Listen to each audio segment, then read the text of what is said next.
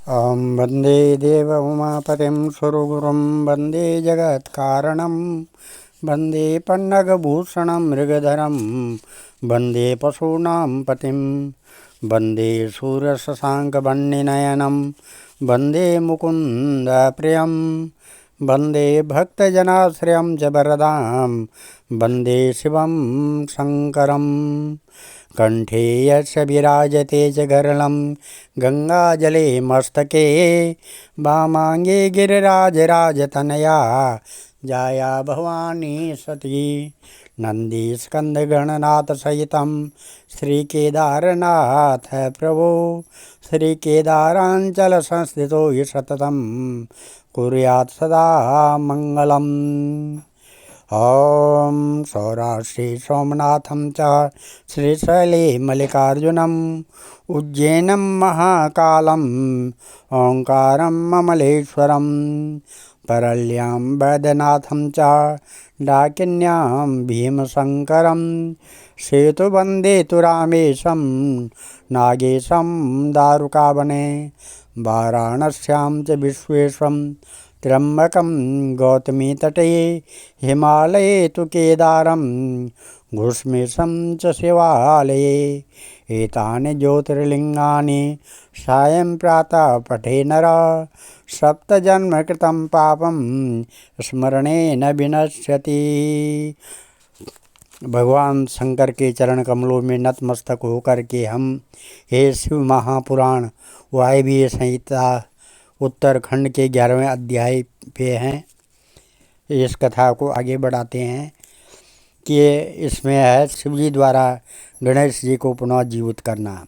नारद जी बोले है ब्रह्मन, तब इस वृत्तांत को सुनकर महादेव जी ने क्या किया, कृपा कर मुझसे कह समस्त कथा सुनाए। ब्रह्मा जी बोले, है मुनिवर, गणेश जी के शिरोच्छेदन से शिव जी के गण तालियां बजाकर महोत्सव करने लगे। इधर पार्वती जी को बड़ा क्रोध आया। वह बोली, हाय मैं क्या करूं, कहाँ जाऊं, हाँ मुझे बड़ा दुख प्राप्त हुआ। सब देवताओं और गणों ने मेरे पुत्र को का संहार कर दिया। अब मैं भी सबका नाश व प्रलय करूंगी। इस प्रकार दुखी होकर पार्वती ने 100,000 शक्तियों की रचना कर डाली।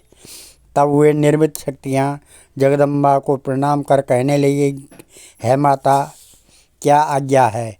देवी ने कहा, तुम लोग मेरी आज्ञा से देव सेना में जाकर उसका नाश कर डालो। देवता, राक्षस, ऋषि और अपने पराये जो मिले उन्हें हट से भक्षण कर जाओ। पार्वती की आज्ञा से वह सब शक्तियाँ क्रोध में तत्पर हो सब देवताओं का भक्षण करने लगी। जहाँ देखो वहाँ शक्तियाँ ही शक्तियाँ दिखलाई देती थी तथा देवताओं को अपने हाथ से पकड़ पकड़ कर मुख में डाल लेती थी। उनके इस कर्म को देख ब्रह्मा, विष्णु, महेश और इंद्रादिक सभी देवताओं को अपने जीवन की कोई आशा न रही। तब वे कहने लगे, क्या देवी अकाल की मृत प्रलय कर डालोगी। तब इस दुरह वर्तमान उत्पन्न हुई परिस्थिति में क्या उपाय किया जाए, ऐसा देवता तथा विष्णु ब्रह्मा सहित विचार करने लगे। तब सब एक मत होकर उच्च स्वर से विचार कर कहने लगे कि अगर जगत जननी गिरिजा जी को प्रसन्न कर लिया जाए तब तो हम सबका जीवन सुरक्षित हो कार्य सिद्धि को प्राप्त होगा। लौकिक दुख प्रकट करते हुए शंकर भगवान भी दुखित हो उदास की मुद्रा धारण कर सबको अपनी माया से भ्रमित करने लगे। परंतु इस समय सभी देवता शक्तियों के आतंक से निष्प्राण से हो रहे थे। क्रोधमयी शिवा के मंदिर में जाने का देवताओं को साहस नहीं होता था। हिमालय पुत्री पार्वती के महाप्रकाशित तेज सभी को संतप्त कर रहा था। सारे देवगण भयभीत हो दूर ही दूर खड़े थे। उसी समय वहाँ पर परम दिव्य श्री नारद जी आए। वहाँ आकर उत्पन्न हुई इस विषय परिस्थिति को देखकर उन्होंने पहले ब्रह्मा, विष्णु और शंकर जी को प्रणाम कर विचार करने लगे। सब देवताओं ने मिलकर कहा कि है नारद जी, तुम अग्रणी बनकर शिवा के पास चलने को तैयार हो जाओ। तब नारद जी ने देवताओं के इस प्रस्ताव को लोकहित के लिए स्वीकृति प्रदान कर दी। तब सब देवता नारद जी सहित शिवा के मंदिर पर जा पहुँचे और वहाँ पर अनेक स्तोत्रों द्वारा उनकी स्तुति करने लगे। उसे सुन पार्वती भी न कहा और क्रोध दृष्टि से उनकी ओर देखती रही। तब ऋषियों ने कहा, देवी जगत जननी, हमारे अपराध को क्षमा करो। इस समय संहार होना चाहता है अंबिके, तुम्हारे स्वामी भी यहाँ उपस्थित हैं, उनकी ओर तो देखो। साथ ही हम ब्रह्मा विष्णु आदि सभी देवता तथा आपकी समस्त प्रजा आपके सामने क्षमा की इच्छा के लिए हाथ जोड़कर खड़े हैं। है भगवती, अब इन सब का अपराध क्षमा करो।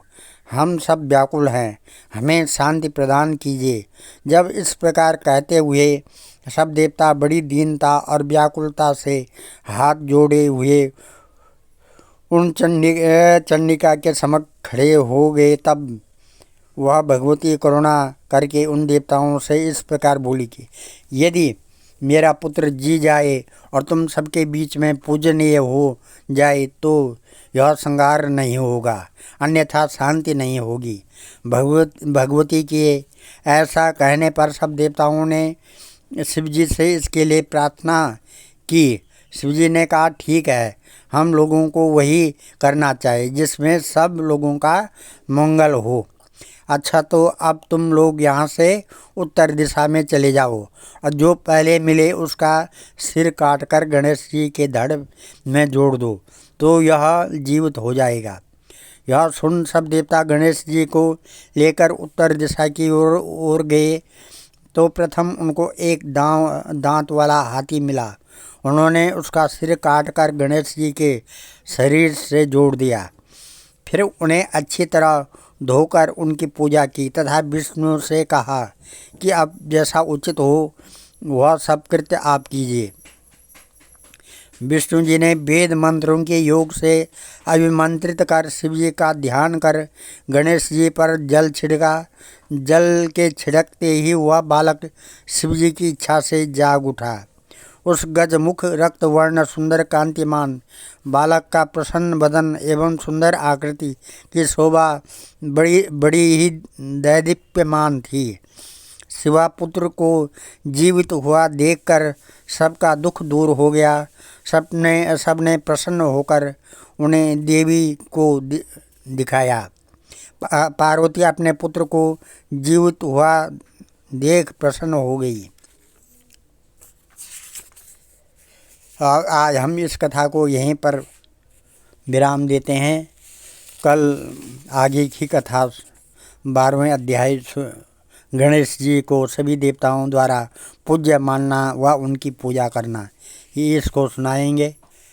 ओम वंदे देव उमापतिं सुरगुरुं वंदे जगत कारणं वंदे पन्नगभूषणं मृगधरं वंदे पशूनां पतिं वंदे शूरशशाङ्कवन्यनयनं वंदे मुकुन्द प्रियं वंदे भक्तजनाश्रयं च वरदां वंदे शिवं शंकरं। ओम नमः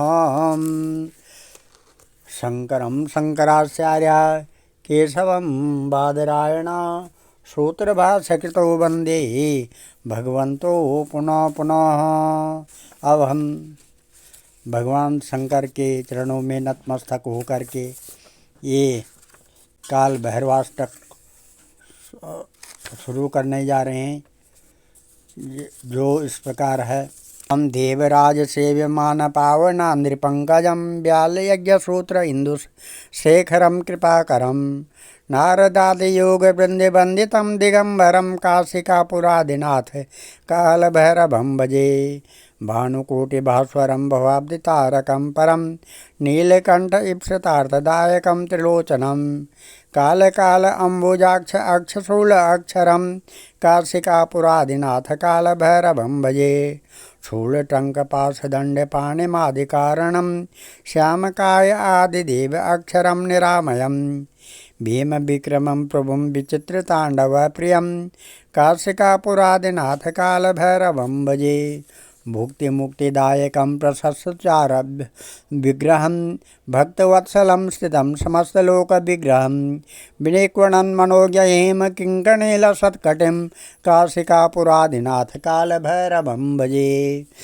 धर्मसेतुपालकं त्वधर्ममार्गनाशकं कर्मपाशमोचकं सुशर्मदायकं विभुं स्वर्णवर्णशेषपाशशोभिताङ्गमण्डलं काशिकापुरादिनाथकालभैरवं भजे रत्नपादुकाप्रभाविरामपादयुग्मकं नित्यमद्वितीय इष्टदैवतं निराञ्जनं मृत्युदर्पनाशनं करालदृष्टमोक्षणं काशिकापुरादिनाथकालभैरवं भजे अट्टहासभिन्नपद्मजाण्डकोशसन्ततिं दृष्टिपातनष्टपापजाल उग्रशासनम् अष्टसिद्धिदायकं कपालमालिकन्दरं काशिकापुरादिनाथकालभैरवं भजे भूतसङ्गनायकं विशालकीर्तिदायकं काशीवासलोकपुण्यपापशोधकं विभुं नीतिमार्गकोविदं पुरातनं जगत्पतिं काशिकापुरादिनाथकालभैरवं भजे कालभैरवाष्टकं पठन्ति ये मनोहरं ज्ञानमुक्तिसाधनं विचित्रपुण्यवर्धनं शोकमोहदैन्यलोभकोपतापनाशनं प्रान्तिकालभैरवान्निसन्निधिं नराध्रुवं हम आपदुदाहरणाय विद्महे बुटकेश्वराय धीमहि तन्नो वीरः प्रचोदयात्।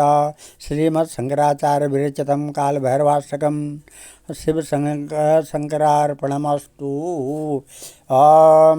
आपदुदयं नमः। सर्वे भवन्तु सुखिनः, सर्वे सन्तु निरामयाः, सर्वे भद्राणि पश्यन्तु मा कश्चित् दुःखभाग् भवेत्। धन्यवाद।